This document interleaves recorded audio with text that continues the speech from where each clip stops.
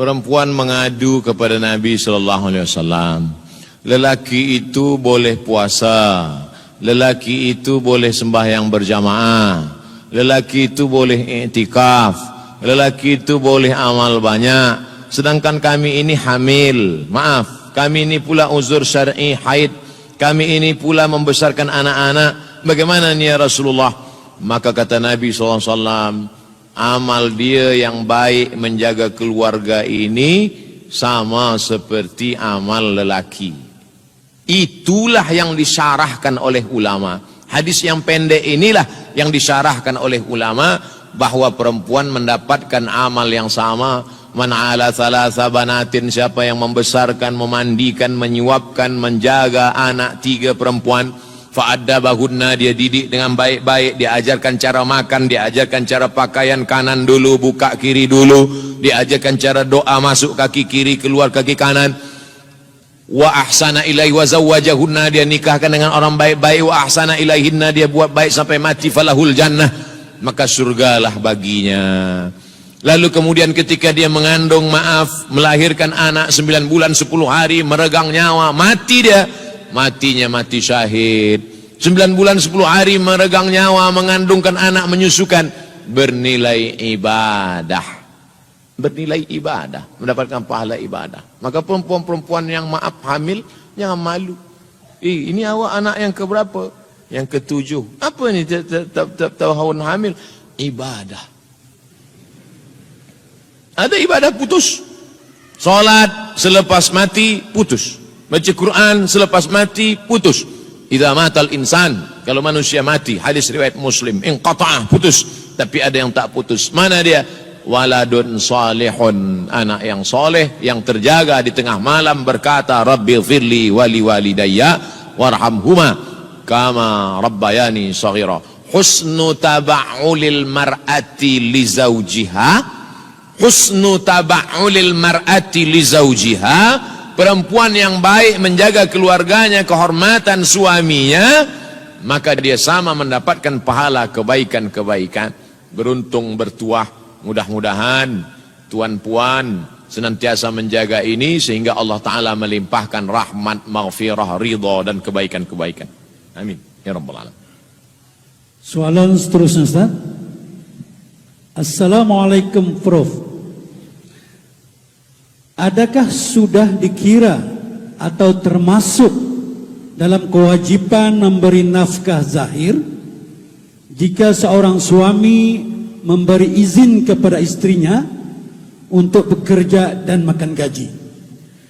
Di samping itu, suami tadi juga telah membelikan sebuah kereta kepada istrinya dengan cara bayaran ansuran, yakni hutang, dalam tempoh masa dan dengan kadar bayaran yang tertentu. Silakan Ustaz. A'udzubillahi minasyaitonirrajim. Wa qarna fi buyutikunna, itu hukum asal perempuan. Waqarna fi buyutikunna, wahai perempuan, kamu mesti menetap di rumah, tak boleh keluar rumah. La yaqluwanna rajulun ma'a imra'atin illa ma'adhi mahramin. Kalau perempuan keluar rumah tak boleh berdua-dua. La tusafiranna ma'a imra'atun illa ma'adhi mahramin. Kalaupun dia keluar rumah tak boleh keluar rumah kecuali dengan mahram. Kalau dia keluar rumah, la yakhluwanna rajulun ma'a imra'atin illa ma'adhi mahramin. Tak boleh dia keluar, kemudian dia ke suatu tempat, berdua-dua, tak ada orang lain kecuali dengan mahram. Ini semua untuk menjaga martabat, harkat, kehormatan, kemuliaan perempuan.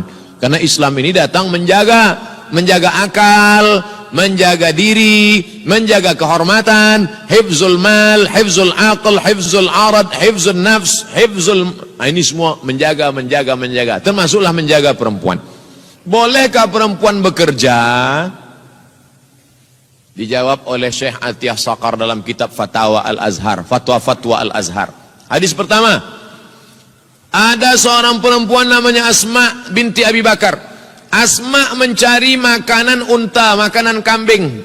Dia junjung di atas kepala dia rumput-rumput untuk makanan. Keluar rumah, Nabi SAW melihat. Manakala Nabi melihat, Nabi membawakannya dan mengantarnya balik ke rumah. Nabi tidak melarang. Itulah dalil perempuan boleh bekerja, beraktiviti Karena Asma tadi tak dilarang Nabi. Seandainya Nabi melarang, kata Nabi, hai Asma, engkau sudah, maka perbuatan itu haram.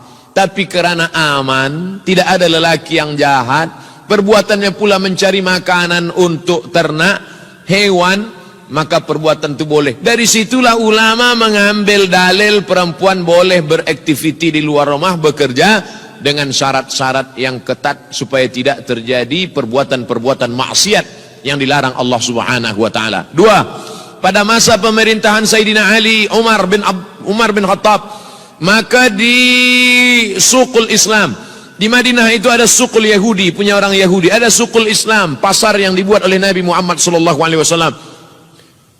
Ada wilayah hisbah, polis wilayah hisbah yang khas menengok siapa yang mencampur sukatan timbangan, siapa yang curang dalam sukatan timbangan.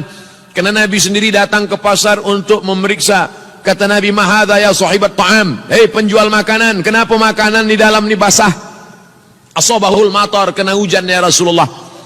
Wailul lil mutaffifin, celaka orang yang memainkan sukatan timbangan. Idza talu anan nas yastawfun, kalau dia menimbang, dia membeli, dia minta penuh. Tapi kalau dia yang menimbang, dia menyukat, dia curang. Man ghasyana falaysa minna, siapa yang curang bukan golongan kami, bukan golongan Nabi Muhammad sallallahu alaihi wasallam. Maka yang menjadi pengetua polis wilayah hisbah masa itu namanya Ummu Syifa. Ummu Syifa itu lelaki apa perempuan? Ummu Syifa, takkan Ummu Syifa berkumis? Ummu Syifa perempuan. Itulah dalil perempuan boleh beraktiviti, tapi dengan syarat yang ketat. Syarat yang pertama, la tabarrujna tabarrujal jahiliyatil ula, tidak bersolek-solek jahiliyah. Syarat yang kedua, la yakhluwanna rajulun ma'amra'atin, tak boleh berdua-duaan dengan lelaki yang tak mahram. Syarat yang ketiga, tak boleh dia musafir dengan lelaki yang tak mahram. Syarat yang keempat, hendaklah dengan izin walinya. Kalau suami ada, maka izin suaminya. Syarat yang kelima, la yadribna bi arjulihinna, dia tak pukulkan kakinya ke lantai. Perempuan tak boleh memukulkan kakinya kuat ke lantai, sementara di kaki itu dipasangnya gelang kaki, sehingga kalau dia berjalan kerincing, membuat lelaki memandang, keluar biji mata lelaki menengok gelang kaki. Ini semua adalah Islam datang untuk menjaga manusia. Islam bukan cuma berzikir, Islam bukan cuma salat, tapi Islam menjaga kehormatan, kemuliaan perempuan. Puan-puan bersyukur pada Allah dengan banyak berselawat, Allahumma salli ala Sayyidina Muhammad wa ala ali Sayyidina Muhammad, karena dialah yang sudah mengangkat kemuliaan, kehormatan, kemuliaan perempuan. Wallahu a'lam. Alhamdulillah. Jadi mungkin ini soalan yang terakhir, Ustaz. Baik. Yang lainnya tidak sempat mungkin. Jadi bagaimana pula kedudukan perempuan yang belum bersuami? Adakah lebih afdal salat di rumah atau di masjid? Silakan Ustaz. Tentang perempuan salat di rumah atau di masjid, kalau tidak menimbulkan fitnah, hukum dia boleh di masjid, jaiz, mubah. Tapi kalau menimbulkan fitnah, elok dia salat di rumah. Menimbulkan fitnah, perempuan elok salat di rumah.